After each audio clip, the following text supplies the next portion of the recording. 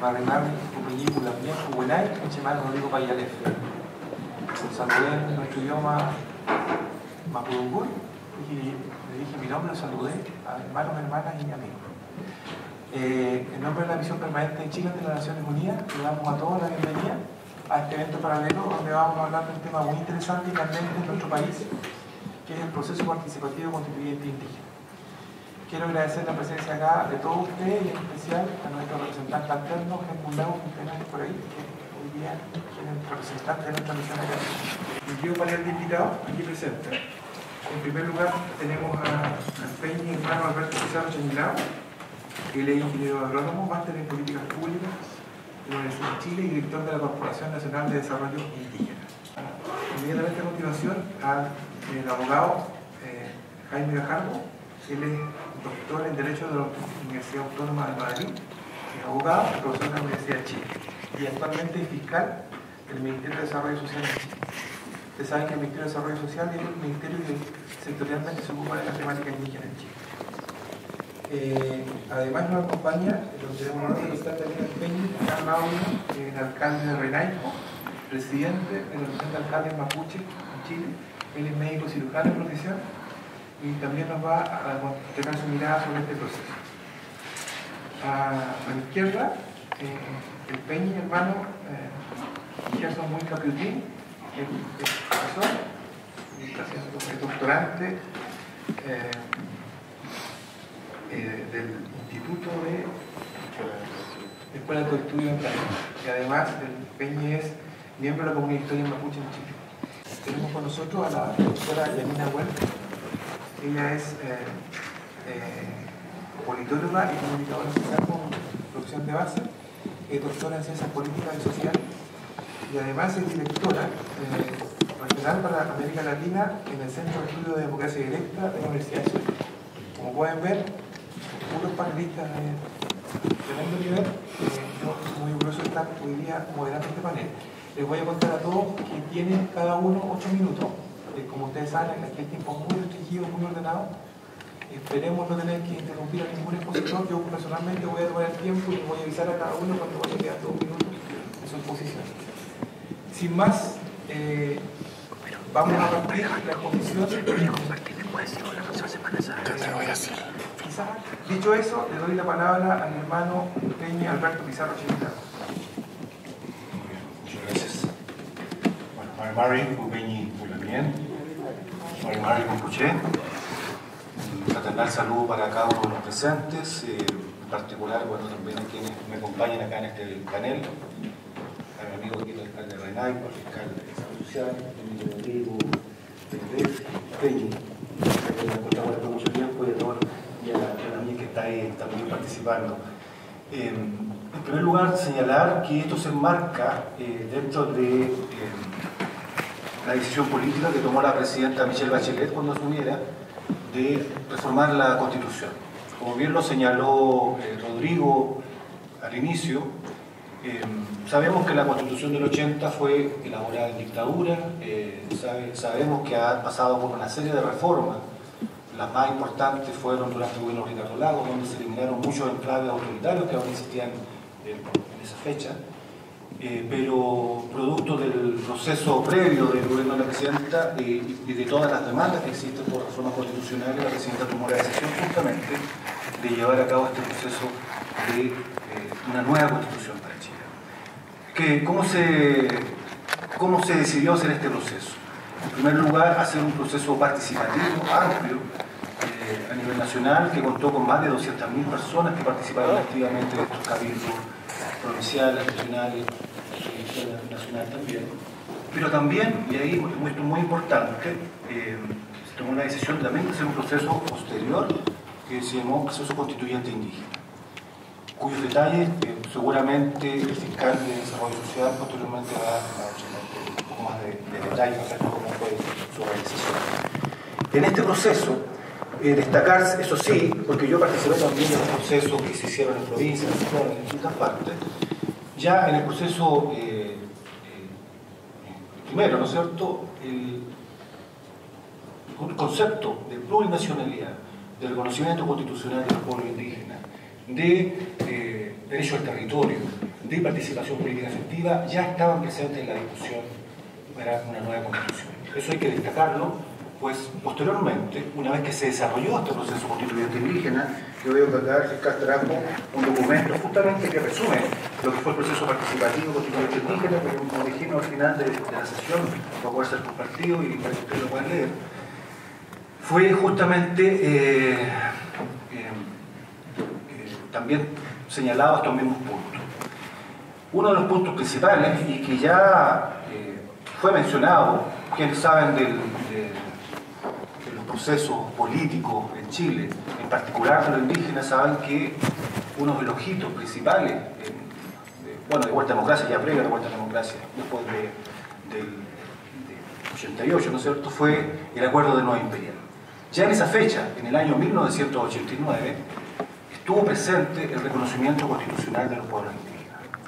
Estamos en el año 2017 y eso aún no ocurre. Por lo tanto, es un tema pendiente que indudablemente ha estado en la discusión política en los últimos años y estuvo presente, por cierto, en el proceso constituyente indígena. Otro tema que también surgió allá en el Acuerdo de Nueva Imperial del año 89 fue justamente la creación de una institucionalidad del Estado para generar políticas públicas y abordar las legítimas demandas de los 9 pueblos indígenas ahora reconocidos en Chile. Haciendo un poco de historia, producto de justamente esa demanda, en el año 93 nace la ley indígena y con ello también nace la Corporación Nacional de Desarrollo Indígena que actualmente me toca dirigir. Yendo también a los hitos que ocurrieron en el tiempo, podemos mencionar también la ratificación del Convenio 169. Esto también fue un proceso que demoró bastante tiempo, como ustedes bien saben, y fue ratificado y entrado en vigencia en el anterior gobierno de la presidenta Bachelet, el 15 de septiembre del año 2008, para entrar en vigencia justamente el 15 de septiembre del año 2009. Eso podría yo decir han sido los principales hitos, conjuntamente con la ratificación de la Declaración de las Naciones Unidas, ¿no es cierto?, y que han permitido ir avanzando en políticas públicas en Chile. Indudablemente existen muchas tareas pendientes todavía, y que en el proceso constituyente también fueron mencionados. Decir en particular los temas tratados en el proceso constituyente respecto al derecho al territorio. Ustedes, quienes conocen la realidad de Chile, saben que a partir de retornar a la democracia, y justamente dentro de la misión que tenemos institucional como Corporación Nacional de Desarrollo Indígena, se ha llevado a cabo un proceso de restitución territorial importante. A la fecha, puedo decir que ya se han restituido aproximadamente 240.000 hectáreas, lo que claramente es un avance, pero aún insuficiente para las legítimas demandas territoriales que existen, especialmente para el pueblo mapuche. Además de eso, también se ha tenido significativo avance respecto a la transferencia que bienes nacionales, es decir, tierra fiscal, que administra el 53% del territorio, a comunidades indígenas. Eso ha sido un aspecto importante y que me gustaría destacar, pero que sin duda alguna todavía falta mucho por avanzar. Aprovecho de dar algunas cifras. El tema del territorio salió justamente del proceso constituyente, pues aún existen muchas comunidades que aún no han hecho demandas territoriales. Actualmente nosotros acabamos de finalizar un catastro, no existía este catastro, y llegamos a la conclusión que hemos trabajado solamente sobre el 10,8% de los títulos de merced existentes.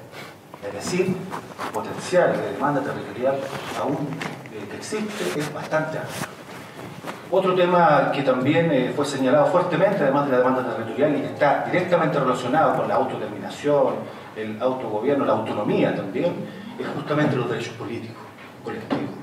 Ahí, y por eso mismo, bueno, me parece muy importante que esté acá Juan Carlos Reinao, que preside una asociación de alcaldes mapuche. Hemos ido avanzando en participación política efectiva, pero aún todavía falta mucho camino por recorrer. Decir, y seguramente Juan Carlos va a echar más detalles de lo que ha sido este importante proceso político. Partieron con 5 alcaldes y ahora ya están 16 alcaldes mapuche. Es decir, ha habido un progresivo incremento en la que es la participación política efectiva en puestos de decisión, y en este caso, por elección popular, principalmente en las regiones de Biobío, Araucanía, Los Ríos y Los Lagos.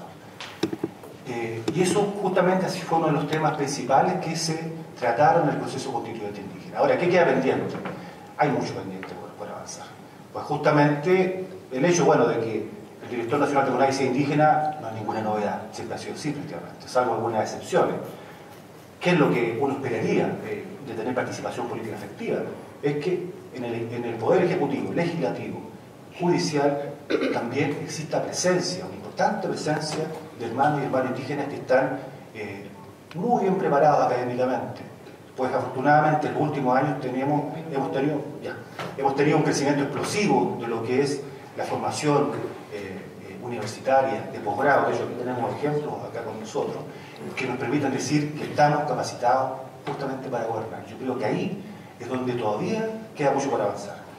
En este gobierno de la presidenta hay que reconocer que hubo importantes señales. Tuvimos el primer embajador mapuche de la historia cuando vimos a Namoncura en Guatemala, tuvimos su secretario, varios jefes de servicio, varios seremi, y ya no solamente focalizados en la CONADI.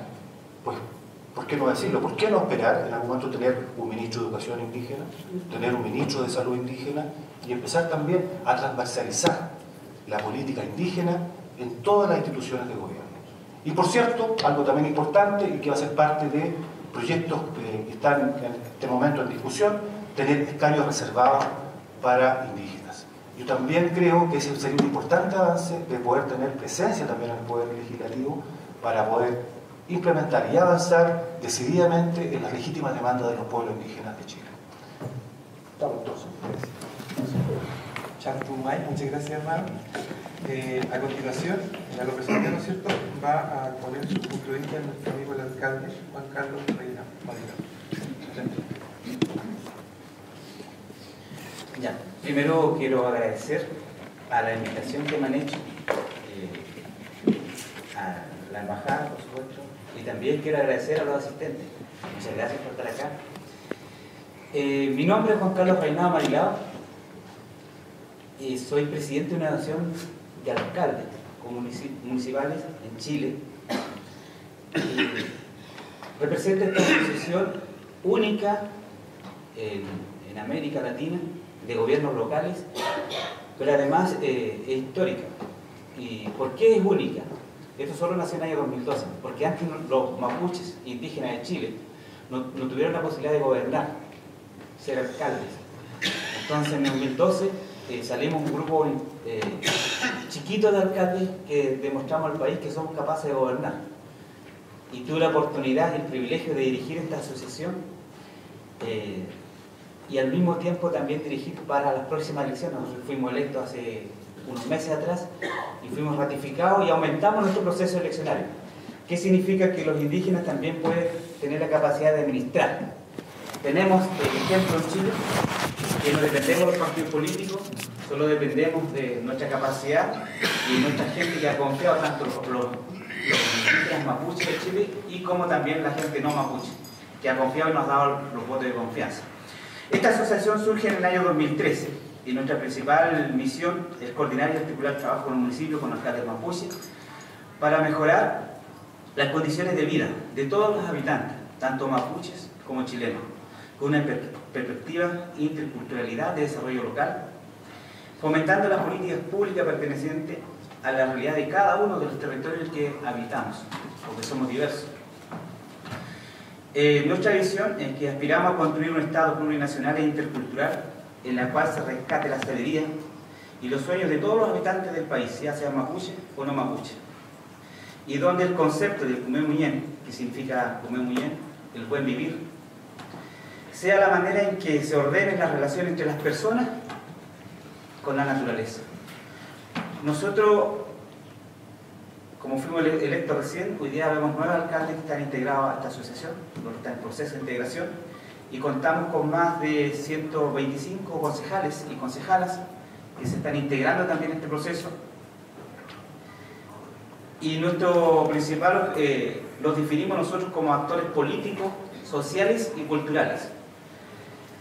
Quiero poner un poco esto en contexto histórico y la situación actual de Chile, de los pueblos originarios y particularmente del pueblo mapuche. Nosotros hemos tenido 2 invasiones. La invasión de la corona española, que no los derrotaron. Y ahí ocurrió un proceso que se llama reconocimiento de la nación mapuche. Acuerdos y tratados, inclusive después de la independencia de Chile. Y este acuerdo tenía una frase bien interesante, que era entenderse por sobre lo imponerse. Después tuvimos otra invasión, que fue por el mismo Estado chileno, que se llamó la famosa pacificación de la Araucanía en el año 1981, donde ocurrió un hecho que desintegró a la nación mapuche, donde hubo un genocidio, exterminio, despojo. Chile efectivamente se libera del colonialismo, pero no hace víctima de él. De ahí nace un proceso distinto para nuestra realidad, para el pueblo mapuche, y nace ciertas frases como la discriminación, violencia, postergación, racismo, inclusión por sobre la exclusión. Esto proceso también se aumenta por la dictadura militar y el retorno a la democracia. La dictadura militar en 1973 y el retorno a la democracia en 1990. Y creemos que hoy día Chile tiene una deuda histórica, particularmente con el pueblo originario y los mapuches. Y el Estado ha sido negligente por varias razones. Una de las principales, creo, por la usurpación del territorio, por la pacificación de la Araucanía, la expansión forestal que se ha dado en los últimos tiempos, que ha permitido que las comunidades se reduzcan y ha ocasionado un déficit hídrico, por la ley antiterrorista, que los juicios no tienen garantías, maltrato a nuestras autoridades centrales, allanamientos violentos y una decena de mapuches jóvenes luchadores muertos, y todos por la espalda por el sistema de orden y seguridad de Chile. Entonces, aquí ocurre una elección de alcalde. Creemos nosotros que tenemos la obligación de hablar, un deber moral de hablar, y nos nace la necesidad de reconstruir Chile a través de una nueva constitución que sea plurinacional e intercultural. Creemos que el proceso participativo constituyente indígena en Chile, por primera vez que se hace, me parece que ha sido un ejercicio ejemplificador tanto para el Estado de Chile y como sus autoridades, y también para los pueblos originarios. Pero también me parece un gesto político que se da de la doctora Michelle Bachelet de llevar este ejercicio hacia adelante, de llevarlo. De hecho, lo valorizamos, pero también creemos que hay un aspecto bien importante a considerar, que hubieron una alta participación que se adhirieron a este proceso, más de 17.000 personas, y creo que eso es importante para Chile, es importante para América Latina y el mundo, pero hay un reclamo horizontal ahí, que en Chile los políticos y los grupos económicos dicen que históricamente han calificado de extremista cuando los pueblos originarios expresan ciertas cosas, como frases. Y en este proceso participativo constituyente estas frases salieron. Salió el proceso, por ejemplo, la restitución territorial, reconocimiento constitucional, Estado plurinacional, autodeterminación, autonomía, derecho de tierra, el derecho al territorio, el derecho a los recursos naturales y los derechos y representación política que hablábamos recién. Nosotros creemos que la representación política en Chile debe darse a través de los escaños reservados y a través de una asamblea constituyente. Esa es la definición que ha tenido la Asociación de Alcaldes Mapuche.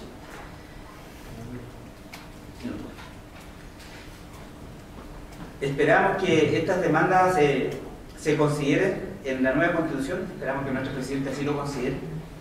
Tenemos gran esperanza de los legisladores y particularmente de la presidenta. Solo quiero dejar algunas definiciones como Asociación de Alcaldes Mapuche, lo que pensamos. Pensamos que debemos gobernar con el Cumén Muñén, con el Filtrín Muñén, que debemos darle prioridad a nuestras grandes diferencias deben ser las desigualdades que debemos atacar y no las diferencias. Creemos en el diálogo. Hemos preferido construir puentes y no levantar muros. Queremos relevar los procesos colectivos sobre lo individual. También creemos que el pueblo que oprime a otro pueblo no puede ser libre. No somos enemigos del progreso, pero creemos que nosotros no podemos pagar estos costos. Chile debe mirarse al espejo y reconocer que es un país diverso. Reivindicamos la plurinacionalidad y la interculturalidad como elemento clave para pensar un nuevo pacto de convivencia entre el pueblo originario y el Estado de Chile a través de una asamblea constituyente. Somos de la idea de que se requiere una nueva constitución que declare la diversidad de pueblos y naciones que conviven en el país y reconozca los derechos inherentes a esta condición. Consideramos que este acto nos permite retornar el camino del diálogo, que se trata de darnos una oportunidad histórica de construir y redibujar el país desde las claves de la plurinacionalidad y la interculturalidad. En esta nueva casa, me refiero a la nueva constitución que viene, en que todos cabemos, las personas con sus diferencias. Nosotros lo esforzaremos para incluir en nuestra lógica de desarrollo y pensamiento en el país con los otros, bajo una nueva mirada, como se pretende a través del común bien, el buen vivir. Creo que la asociación de alcaldes mapuche puede ser un aprendizaje, porque hemos aprendido a gobernar los gobiernos locales, y creo que los mapuches somos capaces, y los indígenas particularmente, de gobernar y dirigir y tratar de autogobernarnos. Muchas gracias.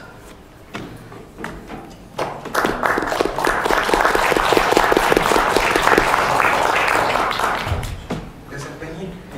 Damos la palabra ahora a la doctora Yanina Huerta. Bueno, yo también quisiera comenzar por agradecer a la delegación chilena por la invitación a participar en este evento y felicitarlos por el mismo, como también felicitar a mis compañeros de mesa por su trabajo en la promoción de los derechos indígenas. Mi mirada, quisiera aclarar también antes de hacer la presentación, no es ni como participante del proceso ni como experta en el mismo, sino como una investigadora que lleva años trabajando sobre participación política, y es desde ahí que quisiera compartir algunas reflexiones que espero contribuyan al debate.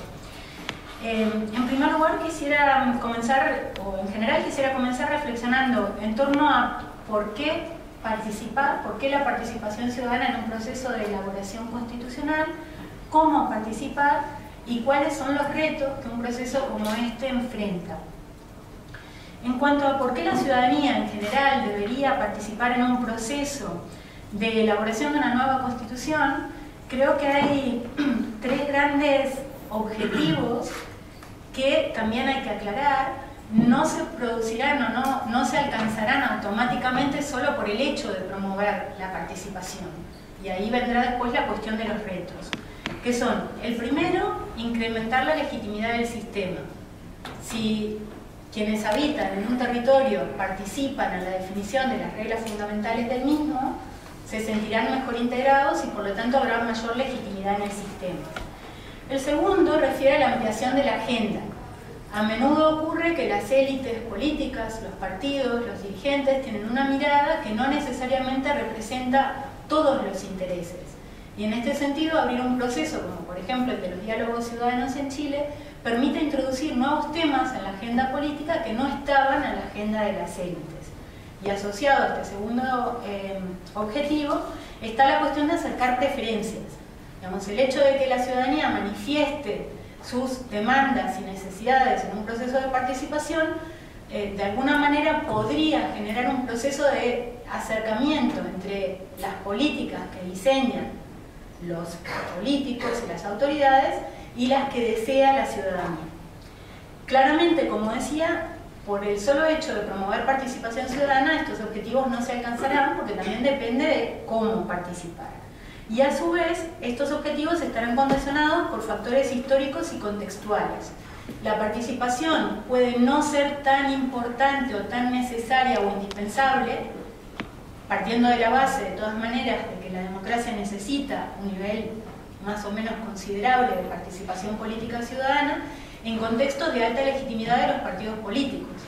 Sin embargo, es lo opuesto en casos como el chileno actual, por ejemplo, donde las estadísticas muestran que la ciudadanía se siente cada vez menos representada por los partidos, que hay mayor abstención electoral, que hay también más problemas de identificación en el espectro político y demás. Es en estos contextos en que la participación de la ciudadanía adquiere ya no tanto o no solo una dimensión de sería bueno para mejorar la democracia, sino como una necesidad para mantenerla, renovarla y fortalecerla.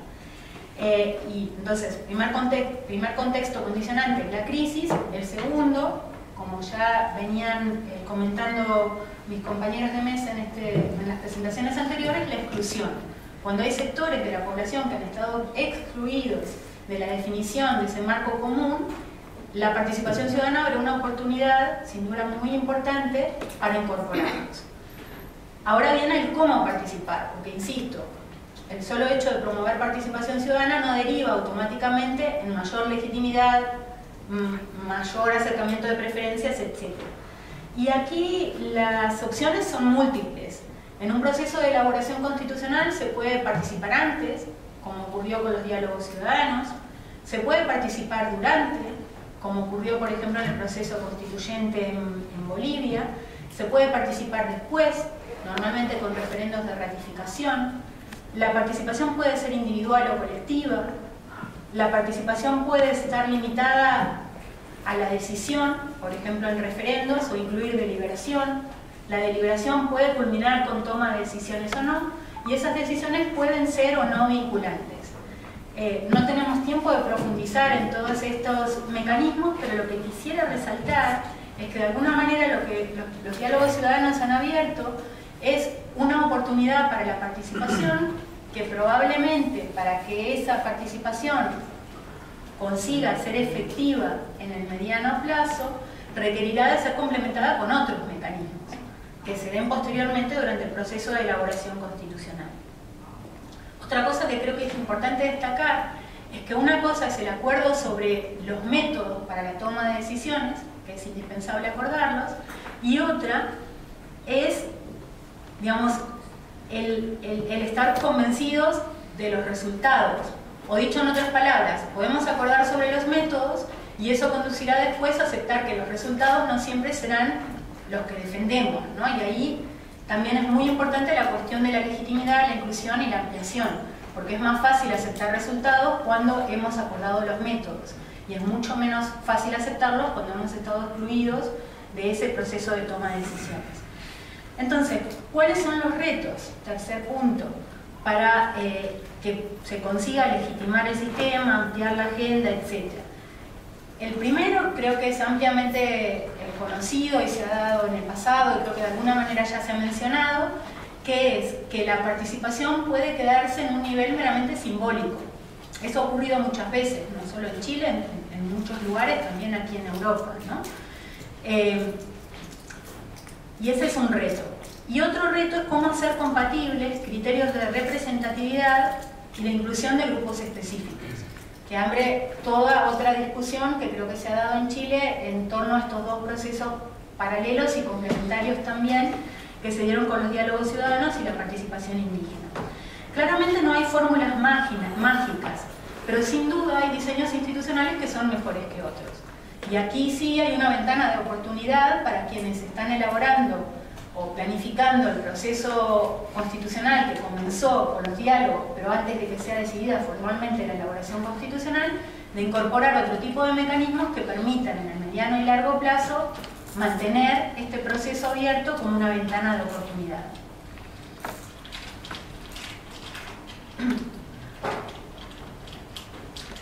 Los diálogos en este sentido han tenido algunos efectos positivos que ya se pueden destacar. Quienes... Un minuto, ok. Tengo que...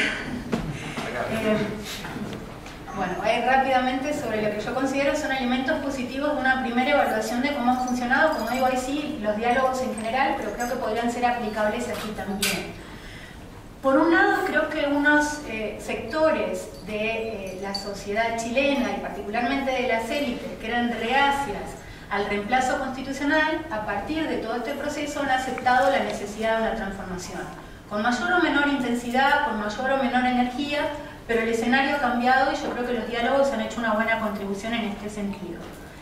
En segundo lugar, los diálogos han mostrado, y creo que en el caso de la participación indígena mucho más, la desconexión entre la demanda de estos grupos y la agenda de las élites. Y abren claramente una ventana de oportunidad para incluir algunos de los temas que ya se han mencionado muy claramente, territoriales, de reconocimiento, etcétera, que no eran centrales en la agenda, pero que estos diálogos, ya hablando de los dos procesos participativos, han señalado como claves. Y en tercer lugar, creo que los diálogos indígenas en este caso han mostrado, y también en el encuentro con mis compañeros de mesa he visto, la creciente organización de los grupos indígenas y capacidad de organizar sus demandas como para ser, digamos, relativamente optimistas con la agenda que se pueda abrir a partir de ahora. Entonces quisiera cerrar diciendo que para que la participación sea efectiva, o sea, está abierta una ventana de oportunidad, podemos ver elementos positivos, pero el reto está abierto para que esto se mantenga y realmente pueda generar una participación efectiva y con mayor inclusión. Gracias. Muchas gracias, Elena. Palabras, gracias. Ahora el Peñi, por favor.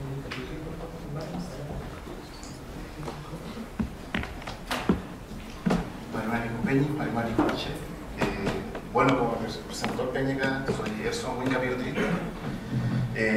Bueno, agradecer la invitación de poder discutir estas temáticas, como bien habían mencionado, pero como traía una idea propuesta de conversar con ustedes, pero se tocaron varios temas.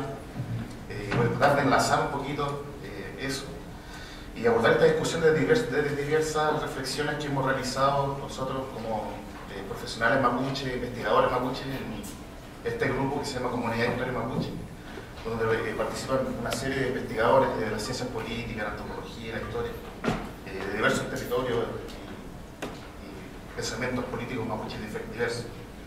Y cómo abordar toda esta discusión del proceso constituyente indígena desde la investigación dura, ¿no? Desde la antropología del Estado, desde la antropología jurídica o desde la misma historia, ¿no? Y eso me hace pensar en un hecho cuando se habla por ejemplo, mencionó cómo llegar, cómo construir un Estado plurinacional o intercultural. Esa es una gran pregunta, porque te das cuenta de que hoy día el mundo con la globalización ha cambiado muy rápidamente y hay un nuevo fenómeno hoy día que afecta a todos los pueblos indígenas del mundo, que es el multiculturalismo neoliberal, ¿no? que en Chile por lo menos se ha traducido en la inserción de ¿cómo se dijeron? De políticas multiculturales que están asociadas totalmente al neoliberalismo, ¿no? Y cómo hoy día los pueblos indígenas circulan dentro de estas políticas neoliberales, ¿no? Entonces hay un hecho que me gustaría recalcar también y que se tocó poco, el Peñi lo tocó, que tiene que ver con el colonialismo. Y hoy en día el colonialismo en Chile es vigente. Está expresado hasta el día de hoy, o sea, la criminalización del movimiento mapuche es una cosa innegable. El encarcelamiento de mapuches también, la represión de un mapuche reciente, el encarcelamiento de dos autoridades tradicionales, el Machi Francisca, el Machi Córdoba, expresado también toda la represión también y discriminación hoy en día de la sociedad chilena. Un tema importante a considerar hoy en día en este desencuentro, porque hay que considerar que la sociedad chilena, la sociedad mapuche tiene un desencuentro y está expresado totalmente en el racismo. Hoy día nadie puede negar que Chile está construido dentro de una pirámide socioracial. Hoy día la ley política en Chile o económica está en la cúpula de esta pirámide socioracial, y los pueblos indígenas, el pueblo mapuche, dentro de los nuevos pueblos indígenas que colonizó el Estado chileno, están en las bases, en las periferias de las ciudades, en la pobreza y en la marginalidad. Y es clásico ver que la gran mayoría de las mujeres mapuches en Santiago son empleadas domésticas de las familias ricas de Santiago de Chile, ¿no? Y me gustaría analizar un poquito de cómo entender hoy en día el proceso constituyente, porque también tratamos de olvidar un poco por lo que pasó realmente aquí, ¿no? El proceso de ocupación, ¿no? El genocidio que se hizo desde el Estado chileno y el Estado argentino hacia los pueblos indígenas. Algunos historiadores le bajan el nivel de la discusión, pero le llaman ocupación o pacificación. Pero en términos jurídicos, hoy día tenemos que reivindicar los hechos que sucedieron como un genocidio, ¿no? Un genocidio y una ocupación territorial. Entonces, ¿cómo el Estado se ha construido de una forma piramidal hasta el día de hoy? y que se consolidó en la dictadura de Pinochet. Entonces podemos ver en este contexto que existen desigualdades históricas, tanto de la sociedad chilena como de la sociedad mapuche. Entonces hoy día uno se pregunta, ¿no?, desde el mismo movimiento mapuche, ¿cómo podemos hacer una consulta previa si estamos en desigualdad de condiciones, ¿no? Los pueblos indígenas tienen poca información. El pueblo mapuche, cuando se le va a hacer este tipo de consulta, y lo pude ver a través de la etnografía que he podido hacer, la gente de repente se le consulta sobre determinados temas. El año pasado, la consulta que se realizó, la gente no tiene información de lo que se está conversando. Y la gran mayoría se hacen reuniones, se colocan café, se coloca un poco de comida, y después se toman las listas de participación, y bueno, ya fuiste consultado, ¿no? Entonces eso te hace ver cómo hoy en día hay un nuevo fenómeno de cómo hoy día los estados, también pasó en el caso peruano, cómo hoy día se domina a través de la participación. Entonces, como a través de todas estas políticas, del programa Orígenes, del préstamo del Banco Interamericano de Desarrollo, hay bastantes estudios de Bocara, sobre ese tema de la dominación a través de la participación. O sea, te digo, participa, dame tu opinión, bueno, pero igual vamos a hacer esta política pública, o esta política indígena determinada. Entonces,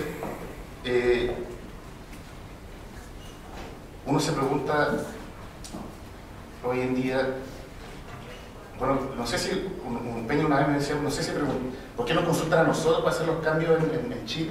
Deberían consultar a los chilenos, ¿no? Porque al final el tema del racismo hoy en día ha generado en Chile que todo sea normal, que se criminalice. Por ejemplo, la gente cree que es normal en el sur de Chile, en Santiago, que existe la criminalización hacia el pueblo mapuche. La gente común y corriente considera normal de que se encarcele una macha, pero no considera normal de que se encarcele un sacerdote de la Iglesia Católica.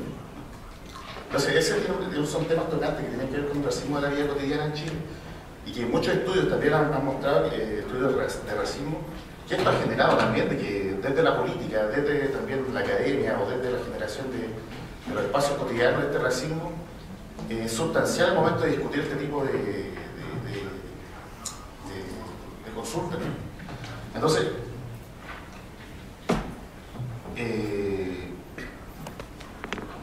yo creo que aquí tiene que ver un tema, lo mismo que pasó con la dictadura. Uno piensa, la dictadura en Chile no ha existido hoy en día una reconciliación. O sea, primero se hicieron una serie de comités, por ejemplo, Peñi dice siempre el comité de verdad histórica y nuevo maltrato, ¿no? O sea, era un nuevo trato que al final terminó siendo un nuevo maltrato, ¿no? La implementación de la ley antiterrorista, la persecución también de dirigentes mapuche.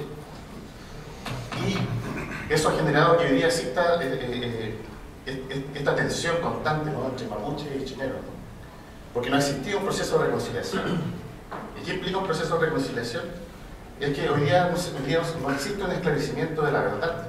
O sea, hoy día la gente no sabe, la gente común y corriente en Chile te pregunta la ocupación. No, o lógicamente no lo va a saber porque está en una página del libro del liceo, los textos escolares, ¿no? Pero la verdad hoy día todavía no está esclarecida. Hace poco se publicó un libro donde también decía, bajo la dictadura hay muchos casos de Peñi y las minas que fueron violentadas por los militares, pero que la Comisión Wallich y las comisiones de derechos humanos nunca fueron ahí, ¿no? O sea, hay hechos que todavía no se esclarecen. Lo mismo pasa con el pueblo mapuche. O sea, la violencia constante que existe no ha sido hoy día conocida. O sea, no existe la verdad. Tiene que existir verdad primeramente para esclarecer y llegar a este tipo de reconciliación. Una vez teniendo reconciliación podemos dialogar o establecer tipo de consulta de igual a igual, ¿no? Entonces, la pregunta que yo me planteo aquí es de que todos sabemos que a partir de 1907, desde el inicio del movimiento mapuche con el Parlamento Coscoso, desde 1907 que han existido propuestas desde el movimiento mapuche para relacionarse con el Estado.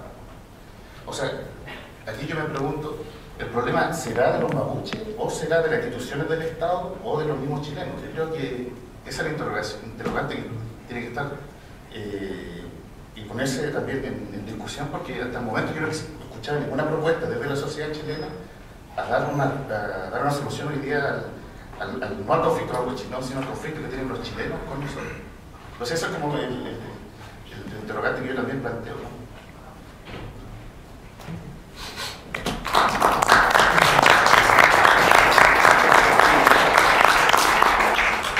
Por último, le damos la palabra a Jaime Bernardo.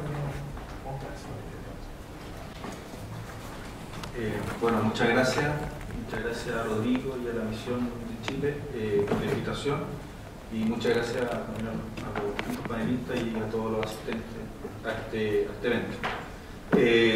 Bueno, tomando un poco las palabras de quien me precedió, señalar que cambiar la Constitución justamente lo que busca es realizar un cambio en la forma que tenemos todos los habitantes del país en relacionarnos al interior de ese país.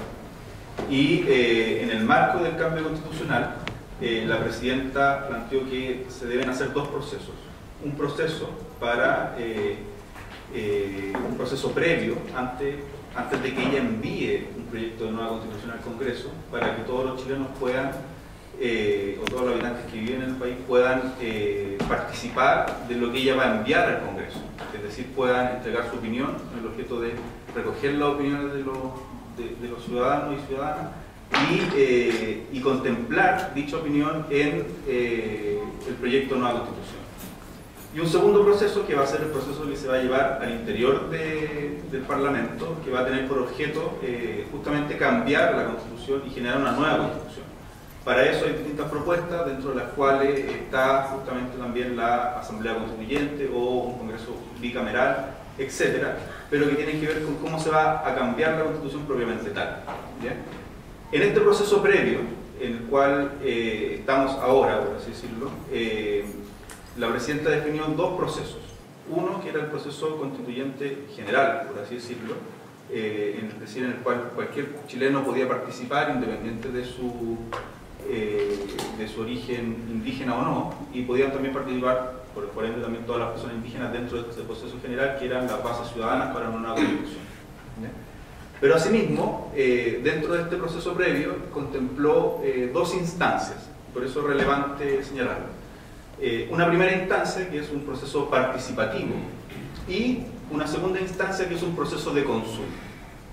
Justamente la idea de un proceso participativo antes de la consulta es hacerse cargo de una crítica que ha tenido el mundo indígena y que ha tenido los distintos movimientos indígenas con respecto a cómo se estaban desarrollando las consultas en nuestro país.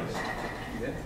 En estricto rigor, la obligación que tiene el Estado de Chile en razón del Convenio 169 y en estricto rigor la obligación que tiene también por la normativa internacional e interna era solamente desarrollar la consulta indígena, no desarrollar un proceso previo que era el proceso de participación. Pero ¿por qué se desarrolló el proceso de participación? Porque existe una crítica bastante importante de cómo se estaban desarrollando las consultas y que apuntaba a que principalmente a la consulta se llegaba con la medida específica ya a preguntarle a los pueblos indígenas si estaban de acuerdo o no con la medida, y parecía como una suerte de proceso formal en el cual no había un mayor involucramiento en la construcción de la medida legislativa o en este caso del proyecto que se le iba a consultar a los pueblos indígenas. Entonces, para ello se inició este proceso en paralelo al proceso participativo general de construcción de la medida que se va a consultar. ¿Bien? Y este es el proceso participativo indígena del que está. De este proceso participativo, tal como señalaba el director Alberto, nosotros hemos traído un resumen del ministerio, que fue el ministerio a cargo de desarrollar el proceso y que también está a cargo de desarrollar ahora la consulta indígena, un resumen del proceso participativo constituyente, y que ustedes pueden tener ahí después el resumen del mismo, en el cual están tanto el número de personas que participaron, la instancia de participación, como los resultados.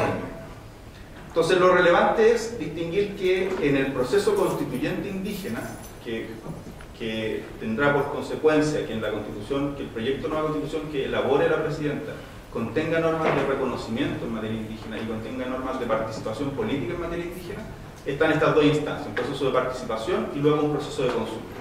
En el proceso de participación que se desarrolló durante el año pasado, principalmente, y cuya sistematización le entregamos a la Presidenta de la República en mayo de este año, y que de hecho el día de mañana la Presidenta va a depositar en la Biblioteca Nacional el libro de sistematización más las 17.000 actas para que también todos los chilenos puedan tener acceso a las actas de los 17.000 encuentros que se desarrollaron. En este proceso de participación hubo dos instancias al interior, o dos instancias importantes para contarle a ustedes.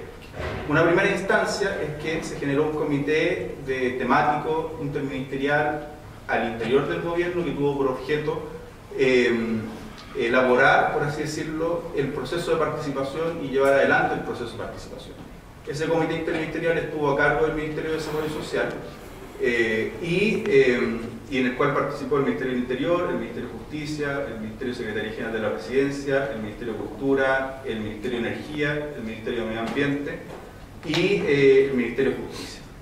Pero a su vez también tuvo un comité que se llama Comité Consultivo y de Seguimiento externo al gobierno de turno, o sea, externo al gobierno en este caso de la presidenta Bachelet, en el cual estaban los organismos internacionales que tienen sede en Chile, principalmente el Alto Comisionado para la Nación Unida, el representante para el Alto Comisionado de la Nación Unida, la OIT, la UNICEF, el Programa de la Nación Unida para el Desarrollo y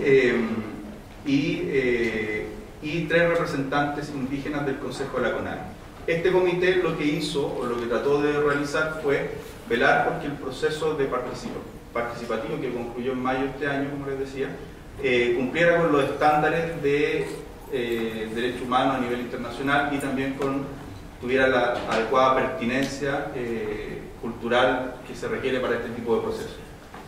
Este comité, y está aquí en el libro, elaboró un informe final, ustedes lo van a poder leer también, o que elabora un informe en el cual señala también cuál es su valoración de este proceso de participación, la que de todas maneras es bastante buena.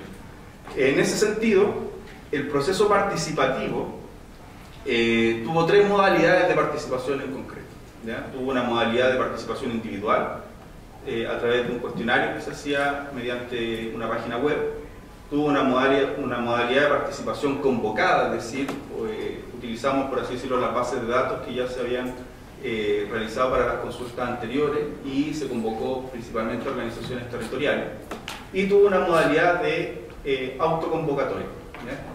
La modalidad de autoconvocatoria fue la modalidad más relevante de participación y también fue la más novedosa, porque los procesos de consulta que se habían desarrollado anteriormente a nivel nacional no se había utilizado esta modalidad, ¿ya? Y eso nos dio, por así decirlo, que elevamos la participación de los procesos de consulta. Habían participado aproximadamente 5.000 personas, 5.000 dirigentes en concreto. Elevamos la participación a 17.000 dirigentes o representantes de distintas organizaciones, comunidades o instituciones tradicionales, ¿ya? Instituciones representativas tradicionales. Eso es lo más relevante, por así decirlo, del proceso en cuanto a participación. Y en cuanto a contenidos, y aquí termino, y en cuanto a contenidos, que quizás también lo más relevante, es que salieron los temas que ahora van a ser materia de consulta. Es decir, los mismos temas que aparecieron en el proceso participativo son los temas que ahora van a ser materia de consulta, agrupados en 2 aspectos que la presidenta ya lo ha señalado, y así está en la convocatoria de la consulta que salió el día 30 de junio pasado. Son el reconocimiento constitucional y la participación política. ¿Cuáles son los temas en materia de reconocimiento constitucional que dice el informe de sistematización del proceso de participación, que los propios pueblos indígenas pusieron de forma autónoma en el informe de sistematización? Nosotros recogimos lo que los pueblos indígenas señalaron en el informe de sistematización. Nosotros no pusimos los temas que están en el informe de sistematización, sino que solo nos remitimos a señalar lo que los pueblos indígenas propusieron. Primero que todo, la forma de Estado, es decir, si va a ser un Estado plurinacional u otro. Eso es uno de los aspectos que salió. Salió el derecho a la autodeterminación, salieron los derechos culturales y lingüísticos, salió el derecho a las demandas territoriales, a la devolución de tierra, y en concreto también salió el tema de la participación política. Esos fueron los principales temas. La participación política, dice el informe, en las distintas instancias, tal como señala el director, de representación política a nivel nacional, regional y comunal. Y esos son los temas que van a ser ahora materia de la consulta que comenzó el 30 de junio y que esperamos termine en el mes de octubre, con el objeto de que puedan ser recogidos en la propuesta de nueva constitución que va a presentar la presidenta al Congreso Nacional antes de terminar su mandato. Como ustedes pueden ver, esto es un salto cualitativo en materia de participación política y nosotros estamos bastante, por así decirlo, entusiasmados con este proceso, pero también creemos que es un gran reto para nuestra sociedad de que efectivamente podamos tener un nuevo pacto social, podamos generar una nueva constitución en democracia pero asimismo también podamos tener normas de reconocimiento constitucional y de participación política de los pueblos indígenas en la Constitución, con lo cual se pueda generar un nuevo pacto social de convivencia en nuestro país. Muchas gracias.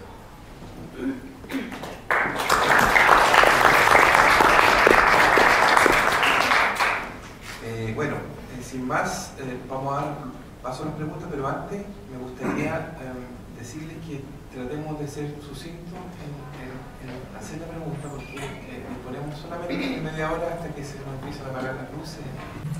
Bueno, gracias. Para Juan Carlos, para Gerson y para Yanina, ¿puede un proceso constituyente ser a la vez un proceso de reconciliación del desencuentro, de las heridas? Eso. Yo respondí. No. Gracias. No, tampoco. No lo sé. Eso sí que es sin rabia.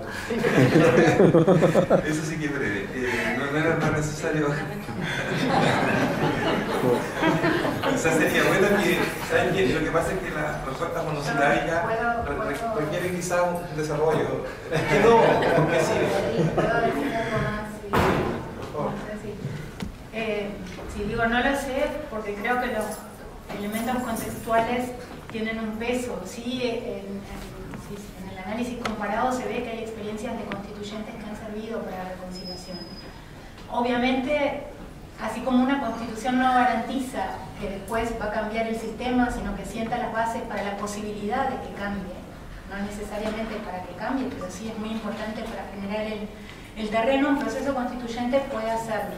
Y hay experiencias de conflictos étnicos muy fuertes, de guerras civiles y demás, que un proceso constituyente ha sentado las bases de la reconciliación. El no, porque te voy a poner un ejemplo. El año pasado, con diversos pueblos indígenas del mundo, hicimos una marcha que se llamó la Larga Marcha a Roma. Fuimos al Vaticano, donde el Papa Francisco a exigir también lo mismo, ¿no? El perdón de la Iglesia Católica, el Vaticano, por lo que ha hecho durante 5 siglos a los pueblos indígenas. ¿Y qué es lo que se reivindicó ahí, no? Es la reconciliación, o sea, el esclarecimiento de la verdad, que se haga justicia, y posteriormente a eso va a haber reconciliación. Y es un tema que también se tiene que trabajar, ¿no? Entonces, no hay el proceso constituyente, como que ahí, no, por eso, por el ejemplo que te doy. Tiene que haber otras acciones. Mantengo mi mano. ¿Está bien? ¿Se escucha? Sí. Bueno, yo soy Pablo Millán y también vengo del Gualmapu, del país mapuche, y una pregunta para el fiscal. En lo personal, tuve la oportunidad de corroborar empíricamente el proceso participativo del cual tú hablabas, ¿no? En el territorio desde donde yo vengo, Alvarín. En ese sentido fue muy fraudulento la forma de cómo el Estado utilizó a los dirigentes mapuche, tanto hombres como mujeres, para llevar a cabo su proceso y poder legitimarlo a través de lo que planteaba Gerson, ¿no? Por ejemplo, invitó a la gente sin tener la información previa y validando todo a través de la lista de asistencia y ya está. Y posteriormente, ¿qué es lo que hizo? Redució un grupo, toda esa cantidad de gente, en función del clientelismo político, ¿no? De gente del gobierno de la nueva mayoría, para seguir trabajando en función de ello. Y desde ahí, poder posicionar los temas en términos regionales y nacionales. Eso. Y bueno, la pregunta es, ¿cómo tú puedes aclararme y cómo puedes tú asegurarme de que eso tampoco no sucedió en otros territorios? En tanto, participación cara a cara, ¿no?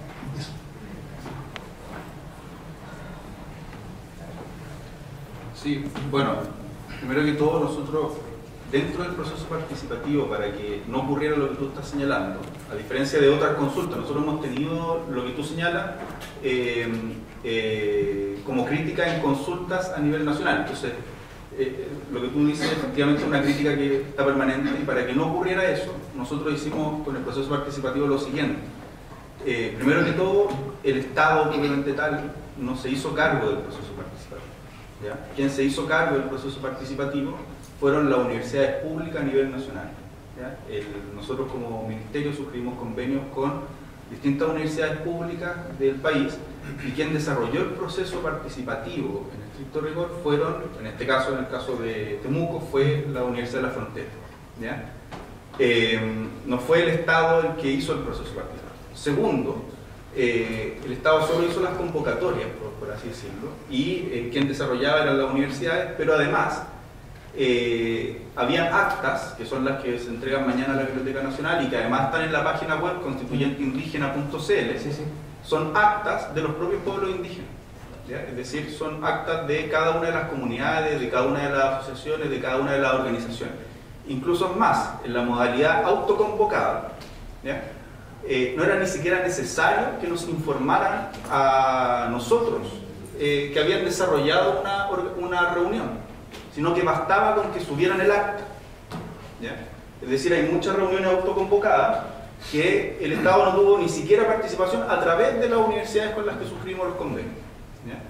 Entonces, me extraña la crítica, yo lo entiendo de las consultas anteriores, de las consultas nacionales, pero no del proceso participativo, porque se tomaron estos resguardos que te digo, justamente para que el proceso de consulta que viene ahora no cuente con esa crítica, ¿ya? O sea, el proceso de consulta que se va a hacer ahora, por mandato de del convenio 169 y la reglamentación que nosotros tenemos, la va a tener que hacer el Estado y no lo podemos delegar en la universidad, ¿ya? Sin embargo, lo hacemos sobre la base de los resultados del proceso participativo. Y reitero, los resultados del proceso participativo son actas que subieron cada una de las organizaciones, en el caso de los autoconvocados, directamente a la página web, ¿ya? O las depositaron en las seremías, las depositaron directamente en las distintas secretarías regionales ministeriales del Ministerio de Desarrollo Social, y en el caso de los convocados son las actas que recopiló cada una de las universidades públicas que participó en el proceso.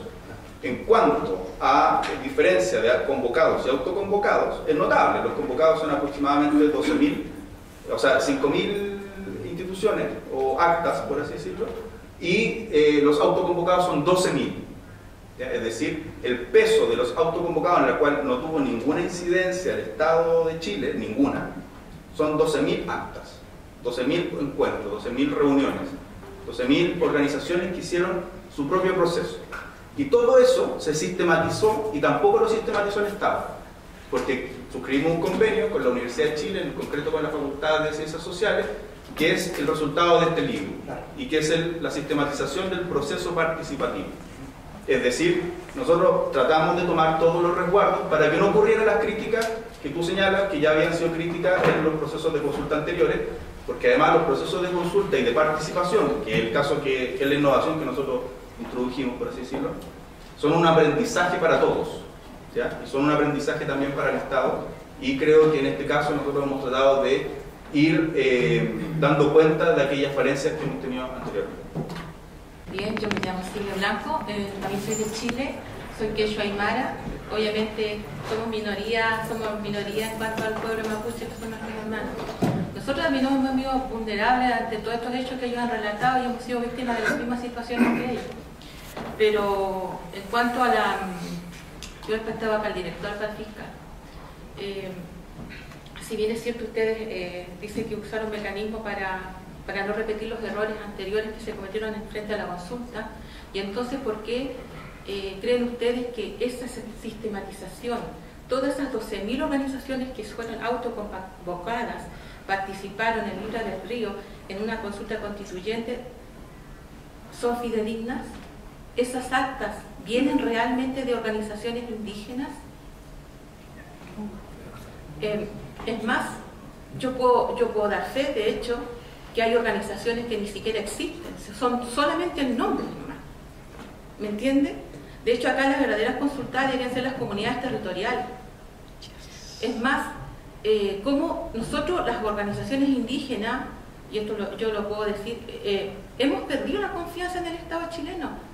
Y cuando usted asumió de director de la CONADI teníamos grande esperanza, pero ahí quedó.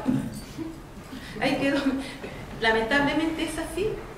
Entonces, tampoco vimos una acción de usted de parte concreta cuando el Estado chileno nos impuso un reglamento para la consulta, el decreto 66 y el decreto 40, que están por debajo de los estándares de los derechos humanos internacionales.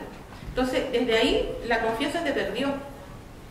Entonces, yo por lo menos me interesa, me lo voy a leer, lo voy a analizar, pero realmente no me genera confianza. Y menos, y aunque ustedes digan que no lo hizo el Estado, que contrataron a una universidad X, esa universidad actuó como una consultora, ¿quién dice que también no fueron los datos no están utilizados de mala manera? Porque ya la buena fe se perdió.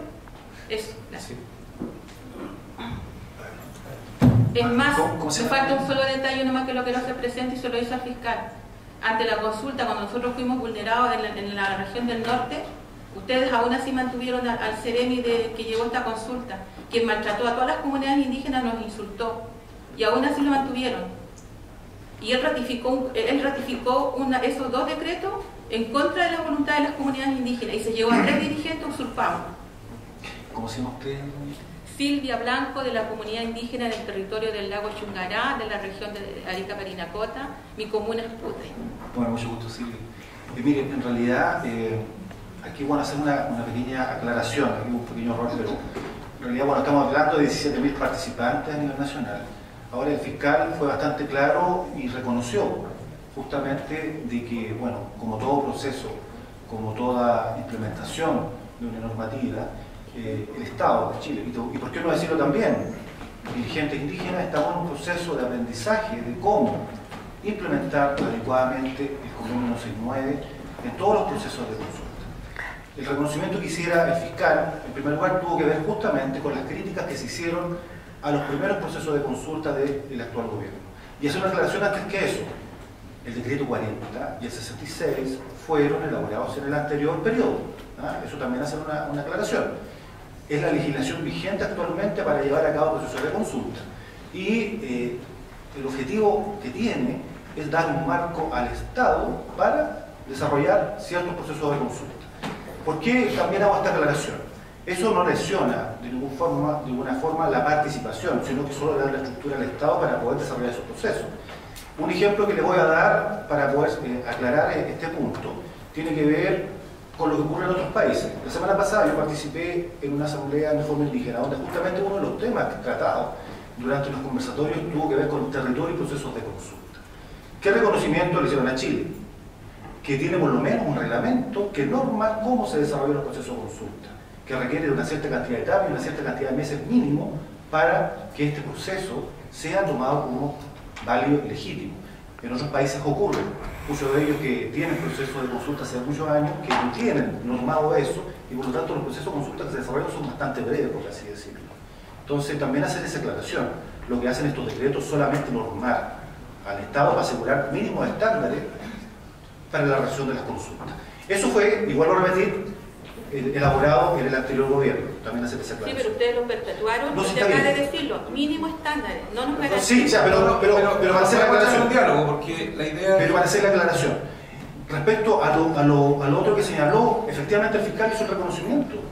El proceso de consulta del Ministerio y del Consejo de Pueblos tuvo una participación de 5.000 hermanos y hermanas indígenas de todo el país. ¿Cuál fue la mejor prueba de que se mejoró el proceso, en este proceso constituyente, no solamente en términos operativos? Pues efectivamente, una de las críticas que hubo en el primer proceso de consulta que se realizó entre el 2014 y el 2015 fue justamente de que la parte operativa que estuvo a cargo de la Seremía realmente tuvo falencias. Y hubo casos bastante específicos, una región que tuvieron bastante bien y otras que tuvieron dificultades. Pero ahí yo no quiero entrar en ese tipo de detalles. En virtud de esa experiencia en ese proceso de consulta que fue nacional, durante este proceso que no había todavía de consulta, ojo con esto, hubo un proceso de participación, estamos hablando del artículo 6 y 7 del Convenio 169, se tomó la determinación de justamente las universidades llevaran a cabo este proceso de participación, todavía no consulta. Eso lo dijo el fiscal, ahora a partir de agosto recién va a empezar el proceso de consulta. Entonces, en ese sentido, es indudable que el proceso constituyente ha significado un avance respecto a los procesos anteriores. Marcela, por favor. Fiscal, perdón, fiscal, disculpe. Sí, solo complementar dos cosas de las que dijo el director, que efectivamente en el proceso de participación se hizo con respecto a las comunidades territoriales y organizaciones indígenas y otro tipo de organizaciones. Lo siento. Lo que decía es que el proceso de participación se hizo a las comunidades territoriales y ahí son básicamente las convocadas directamente por las universidades públicas, y también se hizo a organizaciones indígenas inscritas en la CONADI según la normativa indígena, es decir, la ley 19.253, básicamente porque el mundo indígena, por así decirlo, está también con una alta presencia en las ciudades, ¿ya? Entonces, si solo vamos a las comunidades territoriales, dejamos de lado una gran parte del mundo indígena que tiene alta presencia en las ciudades, ¿ya? Entonces, por eso se utilizó estas dos modalidades, con el objeto de que, además, autoconvocadamente, llegaran organizaciones indígenas que tenían que estar inscritas en el registro de la Corporación Nacional Indígena, y eso es lo que daba fe de que efectivamente son organizaciones indígenas. Y vuelvo a reiterar de que el proceso participativo contó con el Consejo de Seguimiento y un Consejo Consultivo que veló porque efectivamente se cumplieran los estándares en materia de derechos humanos con todas las organizaciones del sistema de Naciones Unidas presentes en Chile, por lo cual para nosotros también eso era una garantía de que el proceso se estaba desarrollando o se desarrolló adecuadamente en el caso del proceso participativo. Bueno, Vicky, muchas gracias por tomarte el tiempo de ir a compartir con nosotros esta reflexión, para este país son muy importantes. Te vamos a pedir que le vamos a regalar este documento, aunque está en español, nosotros sabemos que algo en español te vamos a regalar para que lo conozcan, porque es un resumen del proceso que concluyó, del proceso participativo que tenemos que ahora parte por su. Y lo otro, frente a la audiencia, me voy a tomar la libertad además de pedirte, como lo hemos venido conversando a través de documentos oficiales, que realice una visita a nuestro país, para que el país pueda avanzar y contrastar sus avances en materia de protección de defensa de los derechos reales. Es muy importante que los procedimientos especiales puedan estar presentes. El último órgano especial fue James Araya en el 2009, y en el gobierno de derecha no hubo visita a los órganos especiales. Y estamos, como tú sabes, trabajando en esta licencia se produzca, así que te vamos a pedir que recuerdes el esfuerzo para ver si puedes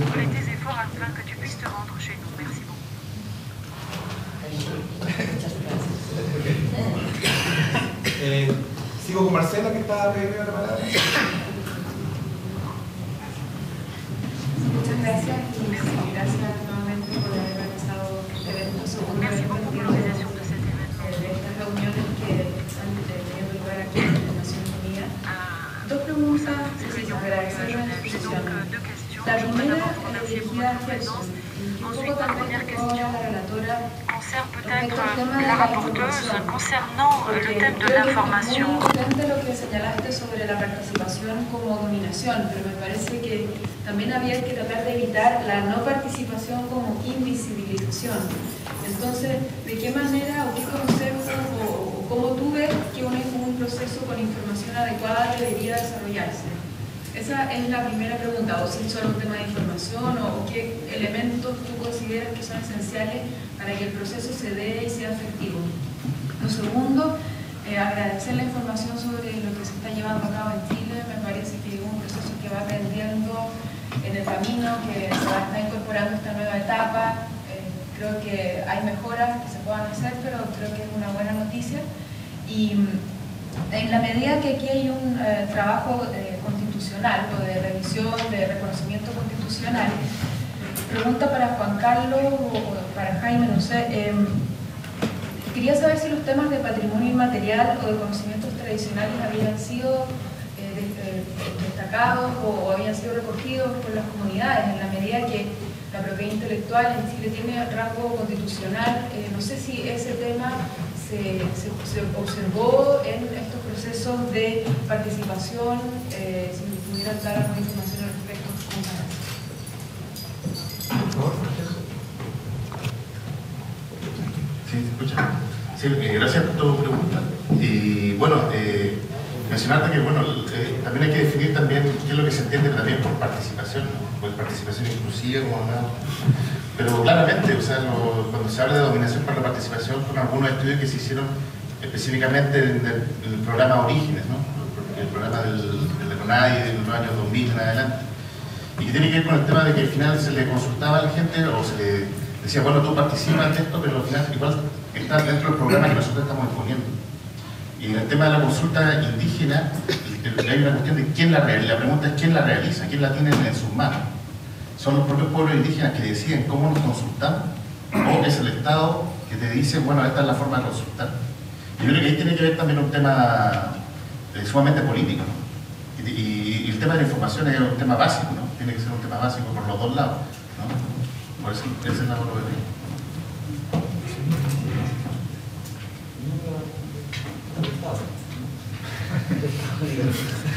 ¿El Estado va a responder la pregunta? Bueno, con respecto a los derechos o al patrimonio inmaterial, efectivamente estaba volviendo a revisar. De todas maneras, este es un libro que es el resumen del proceso de sistematización. El proceso de sistematización, el informe final de sistematización, ustedes lo encuentran en la página web que yo señalé, bueno, y también lo señalo, ¿ya? Pero en particular está tocado en varios puntos, ¿ya? Por ejemplo, cuando se hablaba de autodeterminación, tiene que ver también con el rescate o la forma de gestionar el patrimonio en sus distintos ámbitos. Cuando se habla de derechos culturales, se habla también del patrimonio, de los distintos tipos de patrimonio cultural que tienen los pueblos indígenas, dentro de ellos justamente sus conocimientos ancestrales, su relación con el entorno, etcétera, etcétera, ¿ya? Y hay una parte que es bastante interesante, que es justamente del rescate patrimonial propiamente tal, ¿ya? Y ahí los pueblos indígenas plantean una serie de medidas del rescate patrimonial propiamente tal que son bastante interesantes, y podríamos hablar mucho rato de eso, pero ahí está, efectivamente salió harto el tema, y lo que el llamado a consulta que hizo, o sea, el 30 de junio se publicó en el diario oficial y en los distintos diarios de circulación nacional el proceso de consulta propiamente tal que rescata esto, y habla del reconocimiento en sus distintos ámbitos, dentro de los cuales está el reconocimiento a los derechos culturales y de la participación política, por lo cual en la consulta los temas de patrimonio inmaterial o derechos culturales van a aparecer, y esperamos que también eso pueda ser recogido en el anteproyecto de nueva constitución que presentará la presidenta a final de año. Bueno, ya tenemos que ir concluyendo. Nosotros queríamos agradecer nuevamente, pero sí voy a decir un par de cosas más. El objetivo de este evento paralelo es mostrar un proceso que ocurre en un rincón del mundo, mostrárselo al mundo. Tiene que ser la idea, ¿no es cierto?, compartir con el resto del sistema una buena práctica.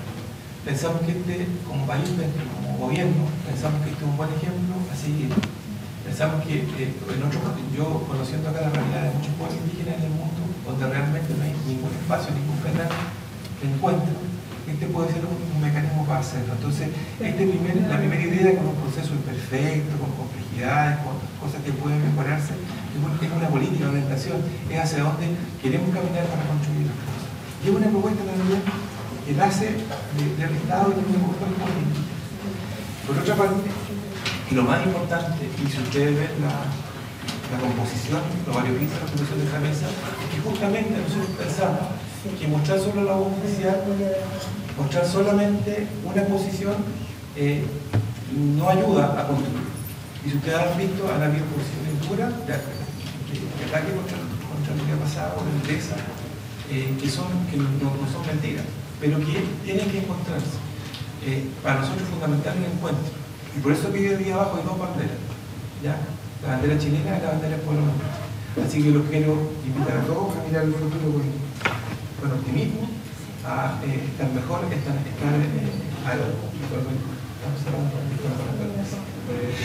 lo que pasa es que aquí se corta todo al momento que se acaba el tiempo, entonces es bien complicado. Ya, como les decía, se acabó el tiempo. Yo quiero agradecer nuevamente a todos su presencia acá y bueno, seguiremos trabajando, esperemos encontrarnos más adelante. Muchas gracias.